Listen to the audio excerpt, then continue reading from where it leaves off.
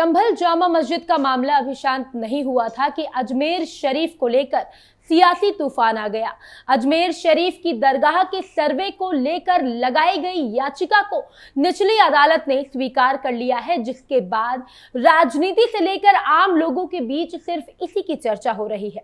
लेकिन असदुद्दीन ओवैसी को लेकर संत महासभा के राष्ट्रीय अध्यक्ष ने कुछ ऐसा कह दिया जो अब विवादों में आ गया है। तो चलिए पूरी कहानी से आपको रूबरू करवाते हैं। नमस्कार, कैपिटल टीवी उत्तर प्रदेश की स्पेशल स्टोरी देख रहे हैं आप और मैं हूं आपके साथ प्रियांशी मिश्रा।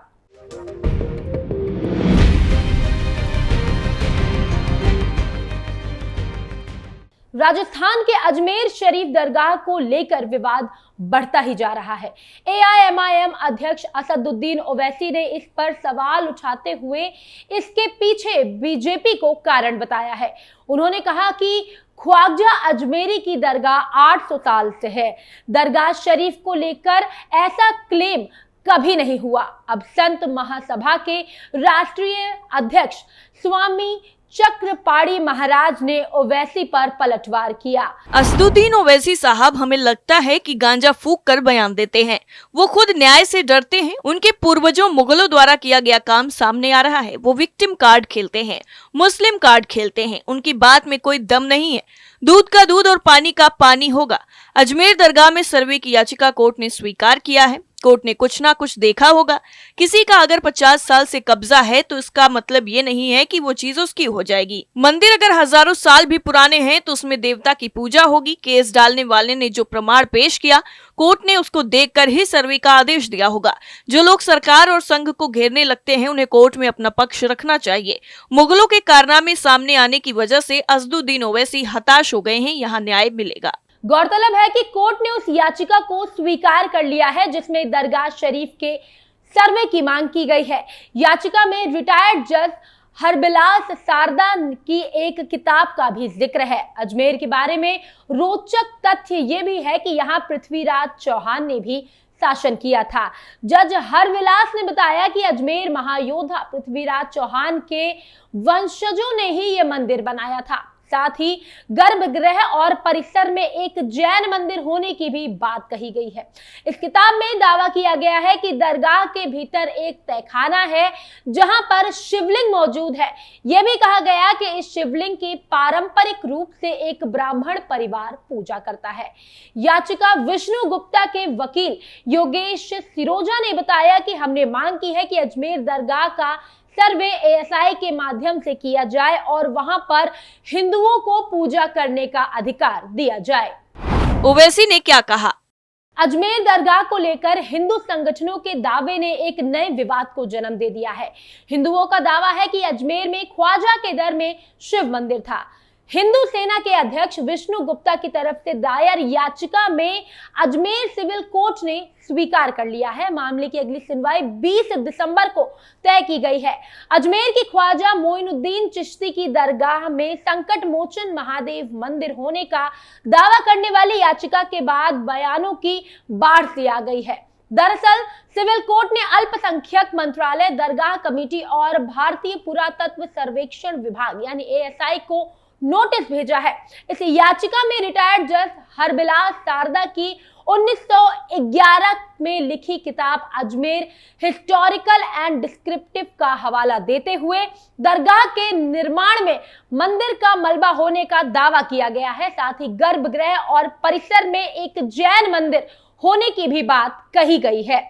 अब हिंदू संगठनों के दावे के बाद इस पर शिकायत और तेज हो गई है। इसको लेकर एआईएमआईएम के अध्यक्ष असदुद्दीन ओवैसी ने सवाल उठाते हुए बीजेपी पर निशाना साधा है और इसके पीछे बीजेपी को कारण बताया है।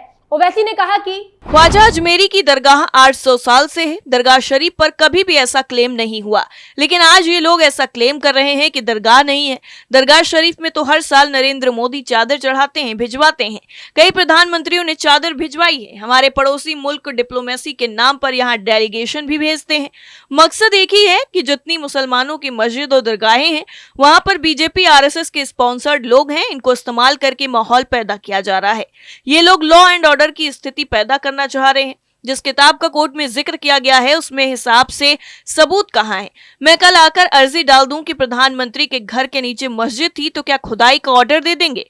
कल को बोल दूंगा संसद के नीचे कुछ और है तो क्या खुदाई का ऑर्डर मिल जाएगा? आप देश को कहाँ लेकर जाना चाहते हैं? इस तरह से कोई भी गलत बातें लिख देगा। इतना ही नहीं, ओवैसी ने आगे कहा कि जिस दिन बाबरी मस्जिद राम मंदिर पर सुप्रीम कोर्ट का फैसला आया, मैंने कहा था कि इस फैसले से कई मामले खुल जाएंगे।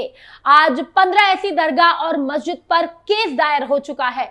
मोदी सरकार सुप्रीम कोर्ट में 1991 वर्शिप एक्ट पर दायर केस पर जवाब ही दायर नहीं कर रही है। इस एक्ट का गलत इस्तेमाल करने की कोशिश की जा रही है। उदाहरण के लिए संभल की मस्जिद ले लेते हैं।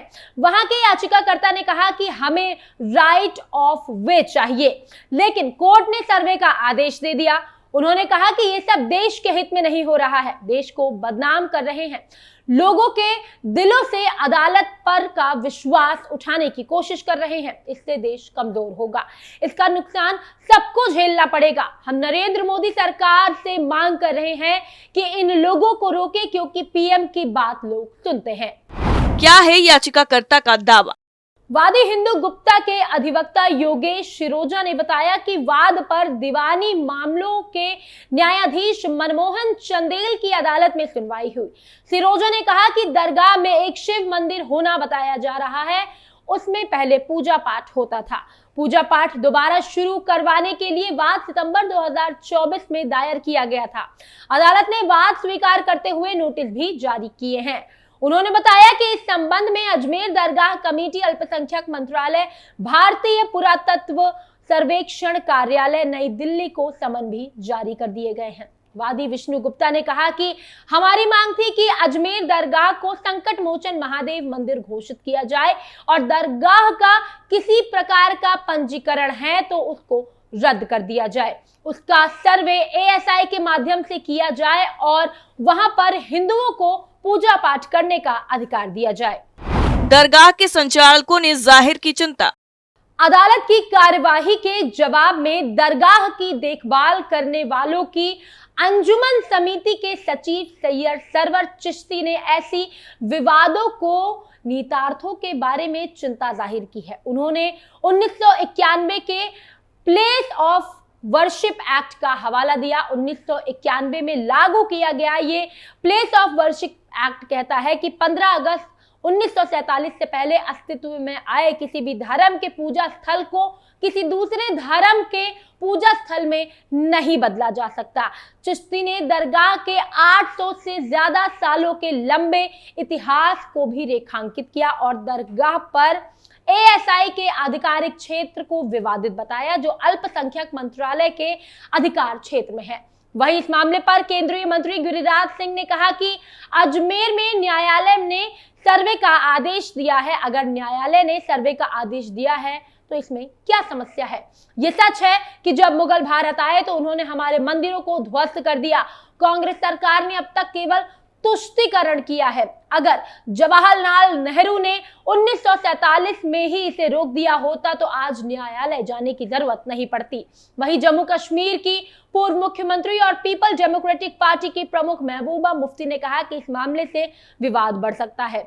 उन्होंने दावा किया कि उत्तर प्रदेश की संभल में हुई हिंसा भी ऐसे फैसले का सीधा परिणाम थी। मुफ्ती ने आगे कहा कि इस देश के एक पूर्व मुख्य न्यायाधीश की बदौलत एक भानुमति का पिटारा खुल गया, जिससे अल्पसंख्यक धार्मिक स्थलों के बारे में विवाद पर बहस छिड़ गई। राज्यसभा सांसद कपिल सिब्बल ने एक्स पर पोस्ट करते हुए कोर्ट के फैसले से खासी नाराजगी जताई। सिब्बल ने कहा कि अजमेर दरगाह में शिव मंदिर, हम इस देश में कहां जा रहे हैं, इस देश को कहां लेकर जा रहे हैं और क्यों? राजनीतिक लाभ के लिए। बता दें कि ईरान के एक सूफी संत ख्वाजा मोइनुद्दीन चिश्ती ने अजमेर को अपना घर बनाया था और मुगल सम्राट हुमायूं ने उनके सम्मान में एक दरगाह बनवाई थी। उनके पोते सम्राट अकबर हर साल अजमेर की तीर्थ यात्रा करते हैं।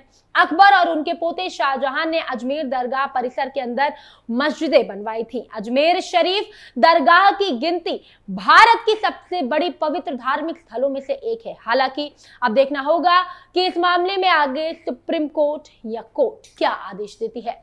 स्पेशल स्टोरी में फिलहाल इतना ही, लेकिन बाकी तमाम खबरों को जानने के लिए आप देखते रहिए कैपिटल टीवी उत्तर प्रदेश। नमस्कार।